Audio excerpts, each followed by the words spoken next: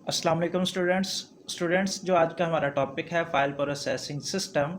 ये पेपर में क्वेश्चन कुछ इस तरह से आएगा आपको कि फाइल प्रोसेसिंग सिस्टम क्या होता है और disadvantages of file processing system भी बताएं आप।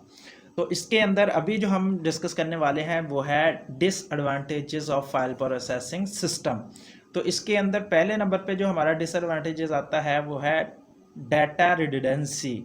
तो यहाँ पे हमने ये समझना है कि डाटा रिडंडेंसी क्या होता है। मैंने अभी आपको बताया है कि डाटा रिडंडेंसी मीन्स ये है कि डुप्लीकेट होना फाइल्स के अंदर सेम डाटे का, मतलब same data is duplicated files in many places, मतलब एक ही डाटे को काफ़ी जगह के ऊपर हमने क्या किया हुआ है, डुप्लीकेट किया हुआ है।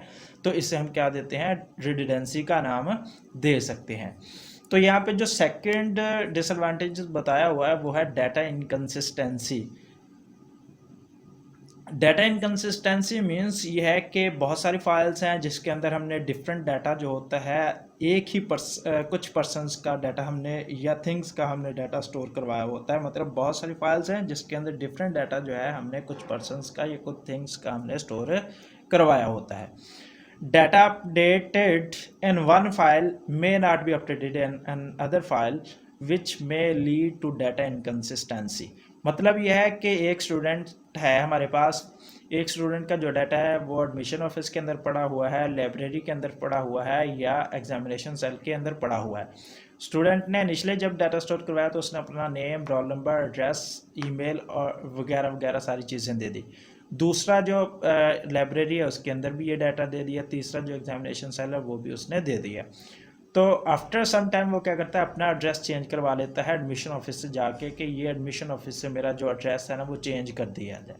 एडमिशन ऑफिस से तो डाटा जो है उसका एड्रेस चेंज कर दिया गया, लेकिन टू अदर प्लेसेस जो थी, लाइब्रेरी थी या एग्जामिनेशन सेल था, तो उसके अंदर जो उसका एड्रेस था सेम पड़ा हुआ जो पहले वाला था। तो इस तरह की सिचुएशंस को हम क्या नाम देते हैं, हम इनकंसिस्टेंसी का नाम देते हैं, जो कि फाइल प्रोसेसिंग सिस्टम के अंदर ये प्रॉब्लम थे। नेक्स्ट जो है वो है जी high storage cost. Of course, के do much versions of same data can result in additional storage cost। हमें क्या करना पड़ता था जब हम एप्लीकेशंस या सॉफ्टवेयर यूज़ करते थे डाटा को स्टोर करवाने के लिए, तो बहुत सारे वर्जन्स होते थे जिसके अंदर हमें एडिशनल स्टोरेज कॉस्ट जो थी वो पे करनी पड़ती थी। मतलब स्टोरेज हार्ड वगैरह हमें ज़्यादा यूज़ करनी पड़ सकती थी, जिसके लिए हमें कॉस्ट या इसके अलावा जो एम्प्लॉयज़ थे उनका डाटा भी देना पड़ सकता था, ये भी पॉसिबल था इसके अंदर। उसके बाद है डाटा आइसोलेशन। डाटा आइसोलेशन से मुराद ये है कि as the data of same persons या थिंग्स, एक ही पर्सनस का या थिंग्स का डाटा जो था वो स्टोर करवाते थे हम डिफरेंट फाइल्स के अंदर। तो इसके अंदर ये डिफ़िकल्ट होता था कि हम डेवलप करें applications based on data of different files. मतलब डिफरेंट फाइल्स के लिए हम डिफरेंट डाटे को अगर यूज़ करते हैं तो ऐसा डिफ़िकल्ट होता था, ऐसा पॉसिबल नहीं होता था। तो ये प्रॉब्लम आती थी हमारे पास। नेक्स्ट जो है वो है हमारे पास इंटीग्रिटी प्रॉब्लम। इंटीग्रिटी प्रॉब्लम से क्या मुराद है? इंटीग्रिटी मीन्स ये है कि एक्यूरेसी प्रॉब्लम भी इसे आप बोल सकते हैं और इंटीग्रिटी प्रॉब्लम भी बोल सकते हैं। Data in file processing system does not follow Meta data, hence integrity problems. मतलब ये है कि जब एक्यूरेसी प्रॉब्लम्स होता था, इंटीग्रिटी प्रॉब्लम होता था। क्यों होता था? क्योंकि वहाँ पे मेटा डाटा नहीं था।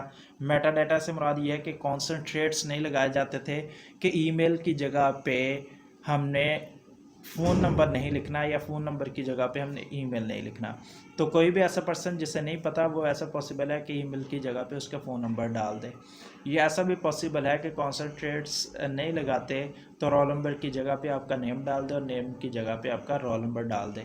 अगर इस तरह की कोई सिचुएशन होगी तो उसे हम इंटीग्रिटी प्रॉब्लम या एक्यूरेसी प्रॉब्लम का नाम देंगे।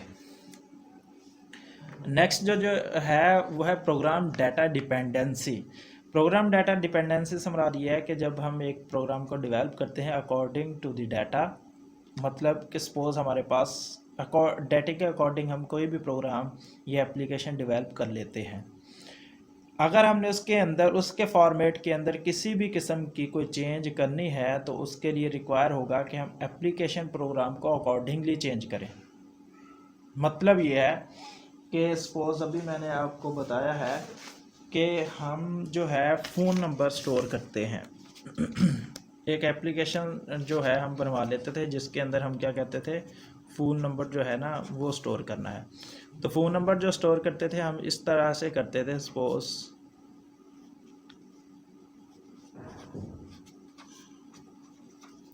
ये हम फ़ोन नंबर स्टोर करते हैं। सपोज आफ्टर सम टाइम उन्होंने कहा जी फॉर्मेट इस तरह से है कि अपना कंट्री कोड भी जो है आप साथ इंटर करें। तो ये वाला एक स्पेसिफिक प्रोग्राम के अंदर तो पॉसिबल है, लेकिन अगर हमने जो कंट्री कोड ऐड करना है इसके अंदर तो फिर हमें क्या करना पड़ेगा, फिर हमें एप्लीकेशन चेंज करवानी पड़ेगी। जब एप्लीकेशन चेंज करवानी पड़ेगी तो इसके अंदर स्पेस कम थी, फ़र्ज़ करें 13 डिजिट की थी, इसके अंदर हमें 3 और ऐड करने पड़ेंगे तो ये 16 की हो जाएगी। तो इसके लिए हमें एप्लीकेशन जो थी वो चेंज करवानी पड़ेगी या अपडेट करनी पड़ेगी अकॉर्डिंग टू रिक्वायरमेंट। तो ये भी प्रॉब्लम था फाइल प्रोसेसिंग सिस्टम के अंदर। उसके बाद है जी एटॉमिसिटी प्रॉब्लम। एटॉमिसिटी प्रॉब्लम से मुराद ये है कि हमारे पास अकाउंट है, एक ए अकाउंट है, दूसरा बी अकाउंट है। हमने क्या करना है, अकाउंट ए से मनी जो है वो डिटेक्ट करनी है। क्या करना है, डिटेक्ट करना है। दूसरे के अंदर क्या करना है, डिपॉजिट मनी को करना है। तो यहाँ पे क्या है, यहाँ से तो डिटेक्ट होगी, यहाँ पे अकाउंट से डिटेक्ट होगी मनी, लेकिन यहाँ पे जैसे ही डिटेक्ट होगी लेकिन दूसरे अकाउंट के अंदर डिपॉजिट होने से पहले जो था प्रॉब्लम आ गया, एरर आ गया किसी भी किस्म का। जब एरर आ जाएगा तो इस अकाउंट में तो डिपॉजिट नहीं होगी मनी जाके। तो इस तरह के प्रॉब्लम को हम क्या नाम देते हैं, एटॉमिसिटी प्रॉब्लम का नाम देते हैं। ठीक है जी। अगर ऐसा होता है कि अकाउंट ए से मनी डिटेक्ट हो जाती और अकाउंट बी के अंदर जाके चली जाती तो उसे हम देते कंप्लीट ट्रांजैक्शन का नाम। क्या देते, ट्रांजैक्शन का नाम। मैं एक और आपको छोटी सी एग्जांपल दे देता हूँ फिर आपको समझ आ जाएगी। एटीएम मशीन है, आप जाते हैं अपने अकाउंट से डिटेक्ट करने, विड्रॉ करना चाहते हैं कैश, आपने लिखा जी वहाँ पे 10,000, ठीक है जी। वो आपके अकाउंट से डिटेक्ट हो गए लेकिन ड्यू टू सम एरर आप वो विड्रॉ नहीं कर सके। तो क्या होगा, आपके अकाउंट से 10,000 डिटेक्ट हो जाएंगे। अगर डेटाबेस प्रॉपर आजकल की बात करें तो एटीएम की तो नहीं होंगे वो डिटेक्ट आपके अकाउंट से, लेकिन अगर फाइल प्रोसेसिंग सिस्टम की बात करें तो वो आपके अकाउंट से 10,000 रुपये जो है वो डिटेक्ट हो जाएंगे। तो इसे हम बोलते हैं एटॉमिसिटी प्रॉब्लम।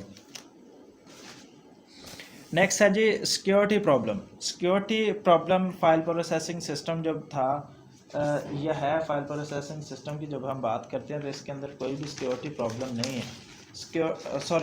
इसके अंदर सिक्योरिटी प्रॉब्लम है।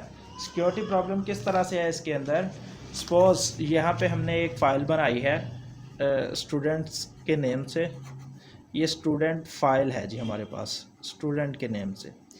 तो इसके अंदर क्या जी, यहाँ पे हम नेम लिखा, हमने यहाँ पे लिखा रजिस्ट्रेशन नंबर और यहाँ पे हमने एड्रेस लिखा। ठीक है जी, यहाँ पे आपने नेम लिख दिया, यहाँ पे रजिस्ट्रेशन, यहाँ पे एड्रेस। कोई भी ऐसा पर्सन है उसने इस जगह पे लिख दिया जी रजिस्ट्रेशन नंबर नेम की जगह पे। ठीक है जी, उसने इस जगह पे लिख दिया नेम, उसने इस जगह पे लिख दिया एड्रेस। तो इस तरह का जो था ना उसके अंदर सिक्योरिटी कोई नहीं थी। या सिक्योरिटी के अलावा मैं थोड़ा सा आपको गाइड कर दूँ कि कोई भी पर्सन है, आपका डाटा रजिस्टर है जैसे सपोज आपका, तो उसके अंदर आपने डाटाबेस बनाई हुई है टेम्परेरी, तो वो कोई भी पर्सन आपका उठा के ले जा सकता है, उसके अंदर चेंज कर सकता है अपनी मर्ज़ी से, उसका मिसयूज़ कर सकता है। तो सिक्योरिटी की प्रॉब्लम बहुत ज़्यादा थी उसके अंदर। उसके बाद है प्रोग्राम मेंटेनेंस। प्रोग्राम मेंटेनेंस से मुराद ये है कि हम प्रोग्राम डेवलप करते थे are not only difficult to maintain but enough budget spend on it.